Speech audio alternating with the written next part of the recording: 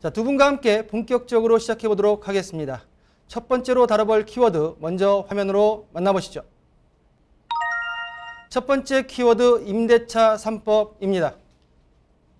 자, 무거운 주제로 들어가기 전에 우리 교수님 지난 시간인 것 같아요. 전월세 시장 안정화 대책을 한번 여쭤봤을 때 임대인과 임차인에게 혜택을 주면서 물량을 좀 끌어내야 된다라고 말씀하셨죠. 네. 그 내용 하시면서 그때 문자라도 보내서 그 정책을 한번 나오게 만들겠다라고 하셨는데 저는 대책의 발표는 깜짝 놀랐습니다. 어떻게 따로 연락을 하셨나요? 아니, 그게 정답이고요. 네네. 임대인이 사실은 그 임대 시장에 그 키를 쥐고 있잖아요. 근데 그런 혜택이 없으면 5% 이내로 제한을 해야 할 이유가 하나도 없는 거죠. 그렇죠. 그런 면에서 정답은 물량이 많이 나와야 되고 임대인이 자발적으로 가격을 낮춰주는 쪽으로 혜택이 가도록 해줘야 되고, 만약에 제가 정책을 했다고 하면 5%가 아니라 안 올리면 혜택을 더 크게 주겠다. 예. 뭐 이렇게 차등을 해야 되는데 5% 일단 안에서만 움직이면 이제 양도소득세를 상당 부분 감면해 주겠다는 이제 정책이어서 반갑기는 한데, 아까도 이야기했지만 아예 동결을 하면 전 더 혜택을 줘야 된다는 것. 동결. 그다음에 이 혜택이라는 게 양도할 시점에 나타나는 거거든요. 예. 양도를 안 하면 혜택이 없는 셈이에요.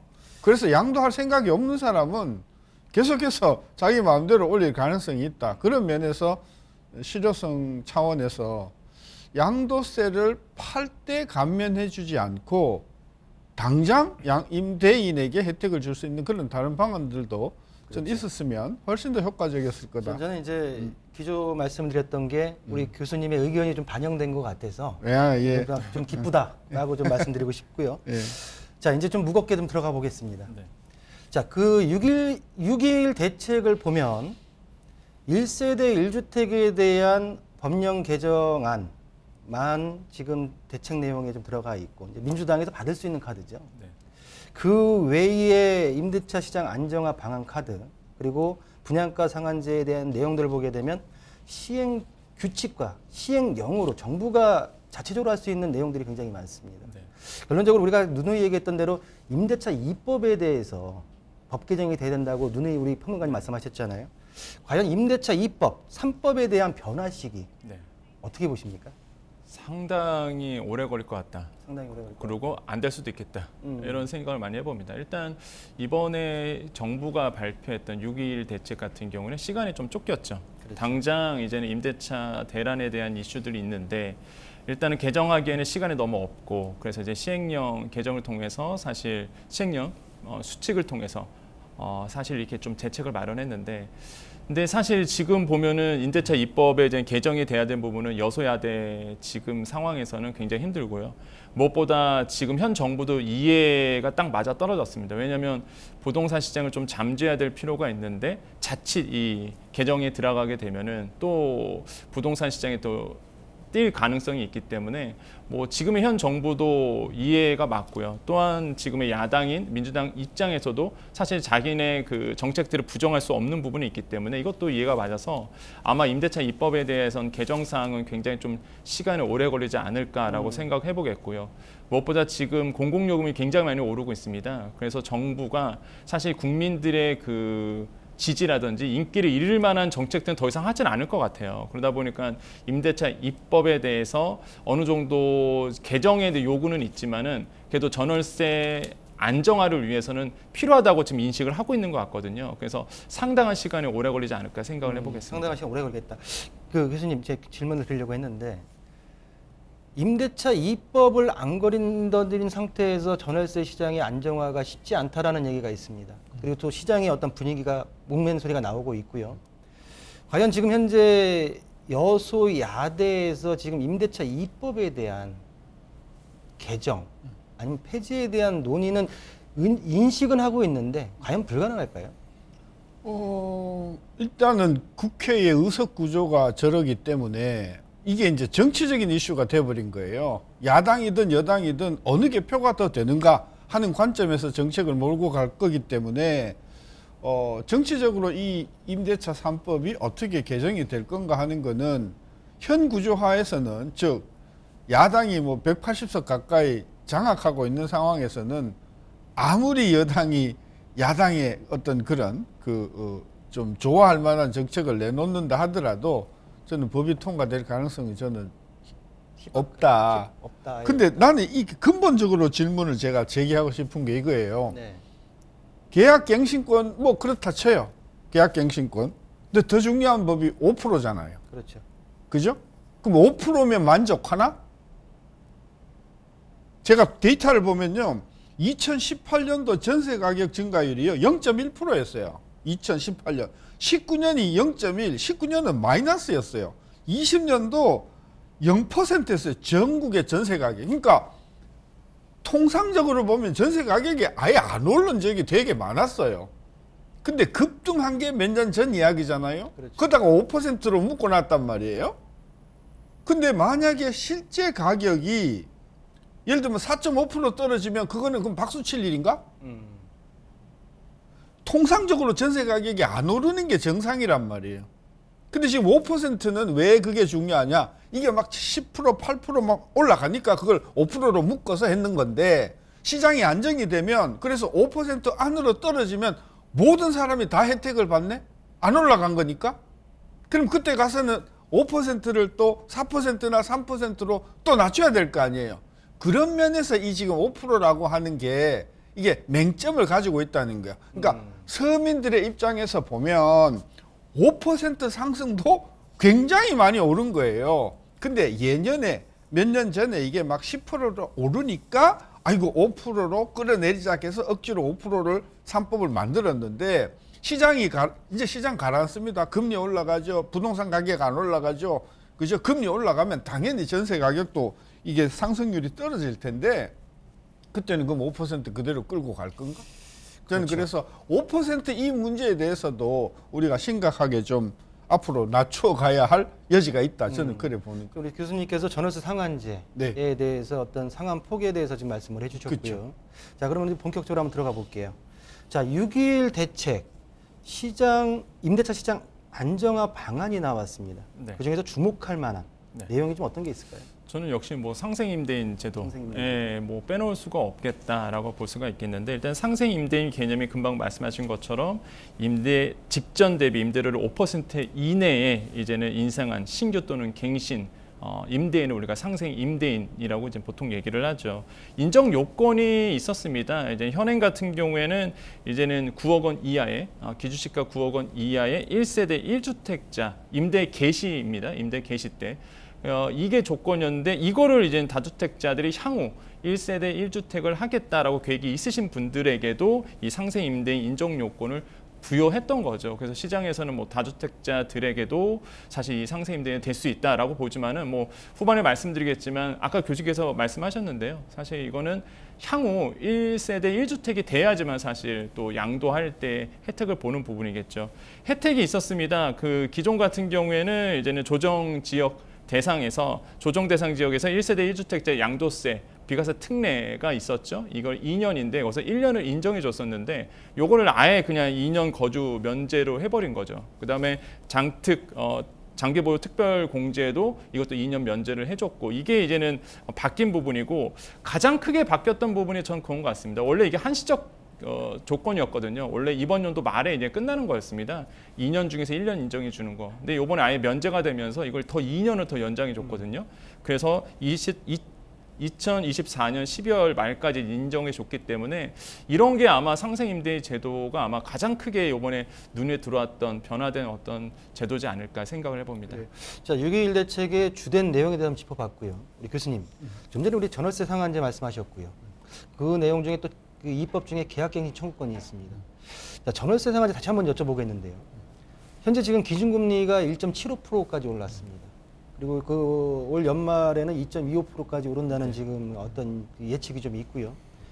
지금 전월세 상한제 5%로 묶어놓은 부분이 지금 기준금리가 올라가는 이 지금 시기에 과연 어떻게 지금 변화가 돼야 되고 어떻게 지금 전망이 되는지 한번 예측을 해주시죠. 그러니까 2년 동안 묶이면서 5%로 묶어야 되잖아요. 그렇죠. 그냥 단순 평균하면 연간 이자율로 따지면 연 2.5% 조금 안 될 거예요. 복리로 계산하면. 예, 예.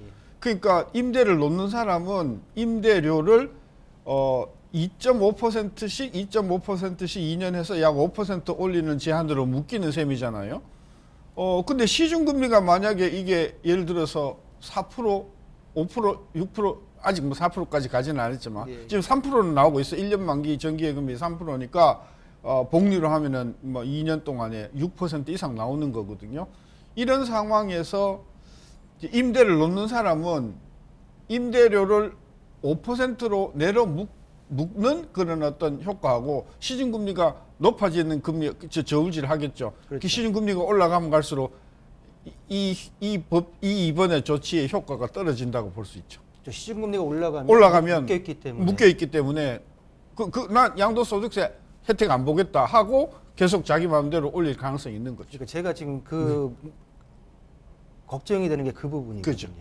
자, 그러면 우리 평론가님. 네. 자, 상생임대인 제도 지난 21년도 12월 달에 네. 시작을 해서 1년 정도의 거주 기간을 면제해 줬어요. 네. 이번에 이제 아예 면제를 해 주겠다. 2년을. 맞습니다. 자, 인센티브는 분명히 있어요. 네. 지금 교수님이 말씀하셨던 대로 네. 시중금리가 올라가는 상태에서 과연 8월 달에 지금 다다음 달에 올 8월 전세대랑 과연 막을 수 있겠습니까? 이게 교수님의 말씀이 이렇게 팩트가 딱 있는 게 이게 중점이 뭐냐면 그거예요. 난 팔 생각 없어. 이런 분들한테는 전혀 동기 유발이 안 됩니다. 동기 유인이 안 돼요. 이게 사실 반반이거든요. 그러다 보니까 이게 상생 임대인 제도 하면은 많은 분들이 뭐 다주택자의 혜택이다라고 보는데 결론적으로 혜택을 받으려면 1세대 1주택이 돼야 됩니다. 그렇죠. 다 팔아야죠. 예, 다 팔아야 돼요. 일단은 팔고 나서 이제 혜택을 받는 거거든요. 그러다 보니까 이런 분들이 있어요. 내가 너무 고가 주택이 있는데 양도세가 너무 많이 나오는 거예요. 금방 교수님 말씀하신 것처럼. 그러면은 사실 그러면 이 유인 효과가 있겠죠. 그렇게 되면 이 상생 임대인이 돼서 양도소득세, 비과세 면제를 받는 게 낫겠다라고 판단이 되면은 동기 유발이 되겠는데 사실 나는 뭐 양도소득세 난 팔 생각이 지금 없다 그러면 상생 임대인 제도는 전혀 나에게 이득이 하나도 없는 거거든요. 그러다 보니까 이게 반반으로 시장에서는 나눠진다. 그래서 고가주택 양도소득세 많으신 분들한테는 동기 유발이 되지만 그렇지 않으신 분들에게는 전혀 유인이 되지 않다. 그러니까 똘똘한 한 채에 대한 니즈가 없으신 분들은 전혀 효과가 없어요. 그래서 지금 제가 봤을 때는 이거 가지고 뭐 8월 전세 대란에 대해서 뭐 언론에서는 얘기는 하지만은 실제 지금 뭐 부동산 사이트 가보셔서 전세 찾아보시면은 뭐 지금 2년 동안 32% 전국 아파트 전세 가격이 32% 올랐는데 지금 다 오른 가격으로 나와 있거든요. 그러니까 이게 2+1, 그러니까 2+2. 그래서 2년 동안 묶이신 분들에게는 엄청난 크게 오른 가격으로 신규 계약을 맺으셔야 됩니다. 그러니까 자꾸 시장을 지금 눈으로 보면은 뭐 전세가 좀 떨어졌다고 보는데 2+2, 그러니까 예전에 맺었었던 전세 계약 하신 분들한테는요, 지금 전세금은요 엄청나게 좀 올라간 상태예요. 그래서 뭐 전세 대란이 없다, 안 온다, 뭐 소폭 떨어졌다 이렇게 얘기를 하지만 사실 그렇지 않다 필드에서는. 그렇죠. 또 하나는 네, 교수님 말씀하시죠. 지금 주택을 가지고 있는 분들이 제일 궁금한 게 뭐냐 하면 양도소득세와 취득세와 재산세가 내후년에 있을 국회의원 선거에서 권력 구도가 바뀌면 대폭적으로 바뀔 수가 있다는 가능성을 믿고 있는 거예요. 그러니까 지금 양도소득세가 뭐 다주택자 뭐 중과하고 뭐 해도 국회의원이 바뀌고 법이 바뀌어서 그 법이 전부 무효가 되면 나는 세금을 상당히 안 낼 수 있다. 이런 분위기가 있기 때문에 지금 조치가 아무리 나와도 시장에서 아니야, 난 기다릴 거야. 내후년에 있을 국회의원 선거에서 맞아요. 다시 지금 그 여당이 다수당이 되면 법을 싹 뜯어 고칠 거야. 그렇게 되면 양도소득세도 내려가고 취득세도 내려가고 재산세도 내려갈 거면 이것 때문에 내가 5% 안에서 내가 올려야 될 이유가 없다. 이렇게 생각하는 사람이 저는 많을 거라고 보기 때문에 그렇죠. 지금 이 효과가 상당히 부분적으로는 효과가 있을지 몰라도 좀 길게 볼 수 있는 여유가 있는 주택 소유자에게는 난 기다릴 거야. 정부가 바뀌고 국회의 다수당이 바뀔 때까지 기다릴 거야. 이렇게 돼버리면 우리 좀 효과가 교수님께서 없다는 좀 거죠. 시장의 어떤 만연해 있는 어떤 그 분위기를 좀 말씀해 그죠. 주셨고요. 자, 제가 이번에 그 6.21 대책을 발표하고 나서 참 전 정부와 좀 틀린 점을 좀 발견을 했습니다. 네. 내용은 아니고요. 내용은 아니고 내용은 뭐 말씀하신 그런 내용들이고 보통 전 정부와 지금 현 정부에 있어서 주된 발표가 나고 나서 분명히 거기에 대해서 물음표를 그리는 내용들이 있습니다. 또 각자의 어떤 내용들이 상황이 틀리다 보니까. 근데 보완 대책이 굉장히 빨리 나왔어요. 거의 21일 날 발표가 나고 나서 3일 만에 보완 대책이 나왔습니다. 그 내용에 보면 어떤 내용이 있냐면 교수님. 네. 지금 이 상생 임대인 제도에 대해서 현재 임대사업자, 예. 임대사업자 발표 났을 때는 임대사업자 내용이 없었어요. 근데 보완 대책에서는 임대사업자에게도 그대로 혜택을 주겠다고 했습니다. 그 내용에 대해서는 임대사업자까지 이 내용에 대해서 혜택을 준다는 것까지는 어떻게 생각하십니까? 일단은 그 의도는 분명한 거죠. 왜냐하면 임대사업자의 물량이 굉장히 많단 말이에요. 그러니까 그분들에게도 혜택을 줘야만 많은 물량이 나올 거라는 기대 때문에 저는 그랬다고 보는 건데 여전히 이게 실제 8월, 9월 달 전세 가격에 눈에 띌 만큼 안정화를 가져올 것이냐 아닐 것이냐는 예. 전체 시장에서 그 임대사업자의 물량과 개인 소유자의 물량이 어느 정도 상대적으로 큰가 하는 것하고 개인 사업자가 이 앞으로 법이 바뀔 수 있는 가능성에 대해서 기대를 하고 5% 나는 그 상관 안 받겠어. 양도소득세 난 어차피 안 팔 거야. 이렇게 돼버리면 상당히 파격적으로 가격을 올릴 수 있지 않겠습니까? 그렇죠. 저는 그런 면에서 이번 대책의 효과는 8월, 9월 지나가 봐야 알 수 있는데 지금 대세가 뭐냐면 그 전세를 놓는 사람들이 전세를 기피하는 거예요. 워낙 물론 금리가 오르긴 하지만 상당히 낮은 상황에서 돈을 굴려봤자 여러 가지로 혜택이 상당히적으로 다 이게 월세로 바뀐단 말이지, 그렇죠? 그 월세에 대해서는 이게 전세가 이게 해당이 안 되잖아요. 그렇죠. 저는 그런 부분에서 월세 대책에 대한 그 내용이 없다는 것도 이번 대책의 굉장한 핸디캡 중에 하나라고 핸디캡 보는 중에 거죠. 하나다. 네. 자, 우리 그 전반적으로 우리 교수님께서는 안정화에 부정적인 말씀을 네. 하셨습니다. 자, 우리 평론가께서도 이제 6.21 대책에 대한 내용을 다 훑어보셨을 텐데요. 네. 과연 본 내용을 가지고 봤을 때 네. 전월세 시장의 가격 안정화 그리고 물량이 과연 이끌어질지 어떻게 보십니까? 좀 희박하죠. 사실 희박하다. 조금 영향력은 덜하다. 시장에서 요구했던 것보다 상징성이 좀 덜하다라고 생각을 해보겠는데 물론 긍정적인 건 있습니다. 금방 앵커님 말씀하신 것처럼 사실 좀 변화된 부분은 미리 좀 예고를 하고 있다는 거죠.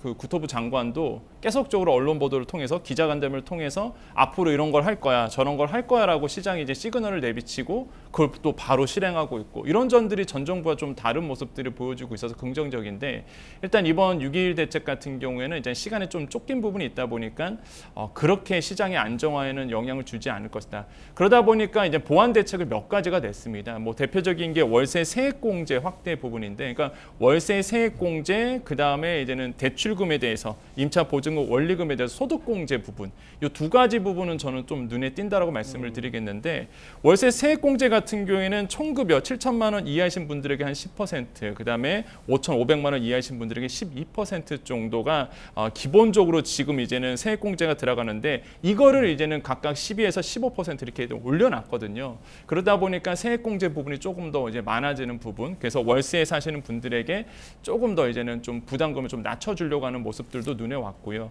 또한 임차보증금 원리금 이제 소득공제 부분입니다. 이게 원래 한 300만 원이었단 말이죠. 300만 원 안에서 40% 소득공제인데 이걸 이제 400만 원으로 이제 늘려놨습니다. 그래서 공제 한도를 늘려놨기 때문에 임차보증금, 그러니까 전세 사시는 분들에게도 아무래도 부담감 좀 낮춰주려는 모습들. 그러니까 아이러닉한 거죠. 그러니까 직접적인 어떤 뭐랄까 혜택이 없다 보니까 이런 공제 부분을 통해서 아무래도 그런 상쇄시키려 하는 모습들을 보여왔기 때문에 이런 점들은 좀 눈에 띄고 긍정적이다라고 생각을 해보겠습니다. 그래 두 분 내용을 들어보게 되면은 현재 그 이번에 발표됐던 전세 시장의 안정화 대책 좀 미흡한 부분으로 좀 귀결이 되고요. 자, 첫 번째 이슈 마지막 질문으로 한번 드려보겠습니다. 자, 전세 안정화 대책과 함께 분양가 상한제에 대한 내용이 발표가 됐습니다. 자, 과연 분양가 상한제에 대한 개편안 발표, 앞으로 분양가의 안정화 그리고 공급 확대의 방향은 어떻게 보십니까? 뭐 일단은 내용을 떠나서 제가 그 발표를 보니까 이게 주택법을 개정해야 되는 게 필요하더라고요. 이번에 발표에는요, 법을 개정해야 되는 부분이 많다는 거를 정부가 스스로 그 밑에다가 추진 요건에다가 다 써놨기 때문에 그런 게 너무 많아요. 이게 분양가 상한제도 상하이제 수정도 이게 주택법을 개정해야 되는 거기 때문에 이게 개정이 될까? 일단 이 문제를 우리가 해결하고 넘어가야 되는 문제다. 저는 그걸 그 말씀드리고 싶고, 그 다음에 뭐 그 여러 가지 실거주 의무라든지 이런 것을 고치는 것은 테크니컬한 문제라서 어쨌든 중요한 문제는 이게 법이 개정이 될까? 저는 그 부분이 저는 오히려 더 중요한 문제다. 예. 자, 우리 평론가님께 동일한 질문 드리겠습니다. 네, 저는 없는 것보다는 낫다.